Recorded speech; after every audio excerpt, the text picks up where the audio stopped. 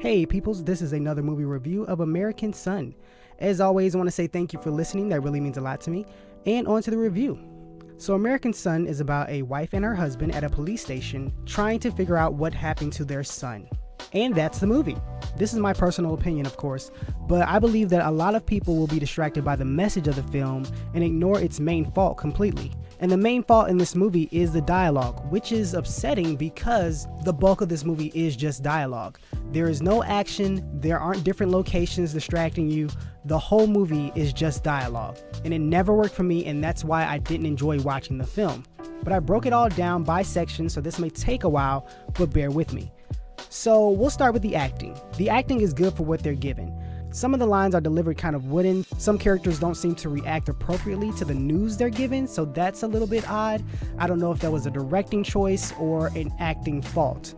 But I will say they did great for the most part, especially Kerry Washington, who had the bulk of the lines in this film. The location I really liked because it's in one location. I really wish more movies did this, but I understand that it is hard because if you have one location in a film, you have to write great dialogue to captivate the audience and keep them in tune for the whole movie. Sadly, again, the dialogue didn't work for me, but that's going to be a main theme throughout this review. Moving on to the characters, nobody's really likable here. The wife is very annoying. She is pretty much on her soapbox for most of the film. She seems to be a woman where racism is a big part of her life versus a person who recognizes racism. And there's a big difference. You can recognize it, but also you can make it a part of you and live with it every day. That'll change how you act and interact with other people. The husband is okay. He doesn't always seem to read the room very well, but neither do any of the other characters really. The cop in the movie doesn't seem to have a lot to do, and it seems like they didn't write much for him because a lot of his moments are repetitive. The wife and the husband ask him to do something, he says he can't, then he goes and does something, brings back more information. They ask him to do some more, he says he can't, then he goes away, brings back more information. At one point he says, I have new information. He sits down, tells them what he has. It's the same information that we've heard before, so I don't think they have much for him in this movie. And our last character is a lieutenant. He's a jerk, he's annoying, and very abrasive for no possible reason. He acts like he's untouchable, and it made me question what's the ranking in police officers and FBI and who pulls strings and so on and so forth.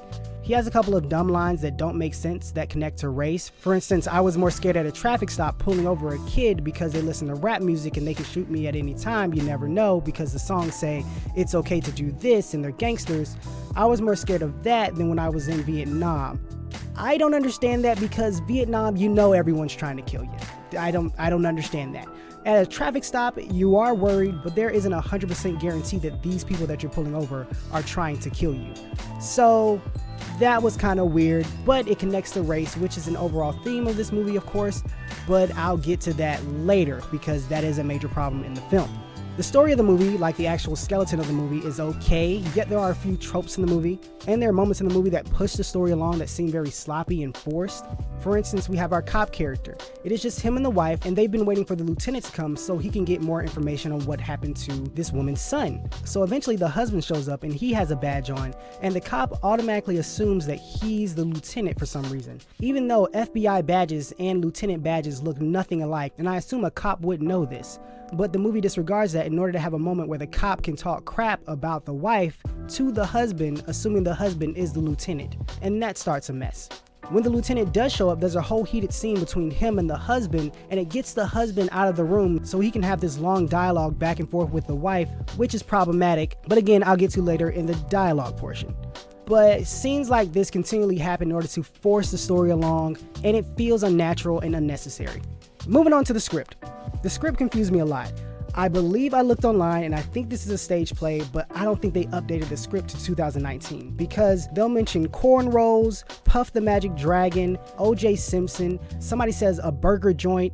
I don't know what year this was actually written in, but they needed to update some things so the movie felt like it was actually placed in 2019. At first I thought we were watching a dated film, but they do talk about social media, so this is a current film, and the references just don't match up with what's going on today.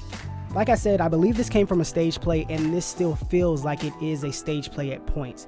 There are multiple scenes where someone is about to exit the room, or the conversation got to a point where they were supposed to exit the room, but they say one more thing and it keeps them in the room. And what they say does not make sense. It doesn't match up with the tone that was just set in the movie.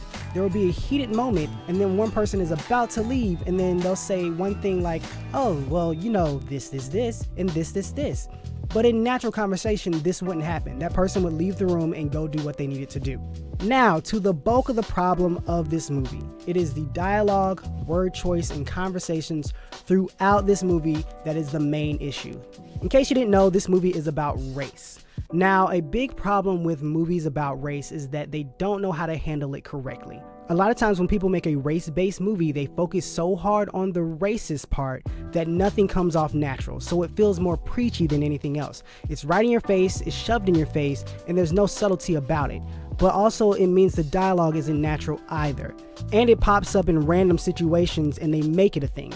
For instance, the cop asks the dad, hey, would you like some coffee? And the dad says, oh, I like mine just black. The mom for some reason makes a snark at that, obviously mentioning race. When the cop is trying to sympathize with the wife and tell her, hey, I know what you're going through, I have daughters of my own. The wife responds, well, my son's black, so it's different. But he has 2 daughters, and they're young kids, as if little kids don't get kidnapped all the time, as if we don't get Amber Alerts all the time, as if they're not little girls that could be kidnapped and sent into sex trafficking. Yes, I know that a black kid missing could be a big problem, but you can't claim that's more dangerous to that black kid than a little girl who's also missing. But you gotta make it about race, so she did, and the movie sets it up as if she's the right one in that argument, which is annoying. But the movie constantly does this throughout the film. There are so many moments where race conversations are brought up, but it doesn't seem natural, it seems very forced, and all of the points aren't valid. They're just stuck in the film to make a conversation. It seems like someone wrote all of the points mentioning race that they wanted to talk about and shoved them all in this movie, and all of them don't seem to fit to me. But anyway, moving on. The next issue in regards to dialogue is the emotional switch in this movie. It happens so fast. You would think that people had multiple personality disorders. People switch up from a heated moment to a calm tone out of nowhere. It happens constantly throughout this film, and it's just jarring. So you were just angry a second ago and yelling at the top of your lungs. Now all of a sudden you're talking about this thing over there. Why? Moving on, the movie has constant moments of exposition shoved into this. People will answer questions by going on a long tangent and giving extra information that did not have anything to do with anything. For instance, oh, our son's too young to do that. And then the wife will say, well, my dad was this old when he joined the war at this time and this, so our son is okay to do this. Stuff like that, constantly. Like I mentioned before, oh, I'm more scared of a routine traffic stop than when I was in Vietnam doing this. Oh, I went to this college because this.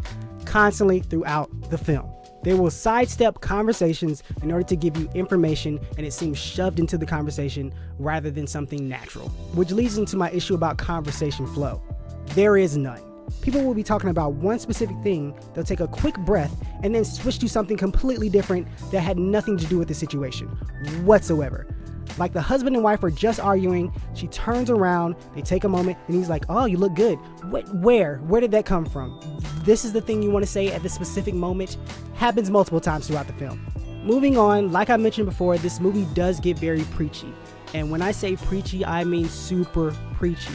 There is one section with the lieutenant and the wife, and they are going back and forth and just giving long speeches to one another. They are trying to out-preach one another with their own personal bias about race and black people and white people and where you're born and all this other stuff. It was a long tangent of annoyance. But this is the theme of the whole film. This movie preaches at you more than anything, and that's what took me out of the film completely. Is race a real problem in this world? Yes. Do black people and police have conflict with one another? Yes, they do. And I'm not saying that all of the race-based topics brought up in this film aren't valid, and I'm not saying that they can't mention it in this movie. It's just the fact of how they got there with each and every conversation is so clunky and so messy, and it's just all over the place. There is no flow or rhythm to this film whatsoever. It's just preachy moment after preachy moment and people yelling at people. And most of the time it had me questioning, what does that have to do with this moment right now? And the biggest example is near the end of the film where the lieutenant has the wife questioning her white husband.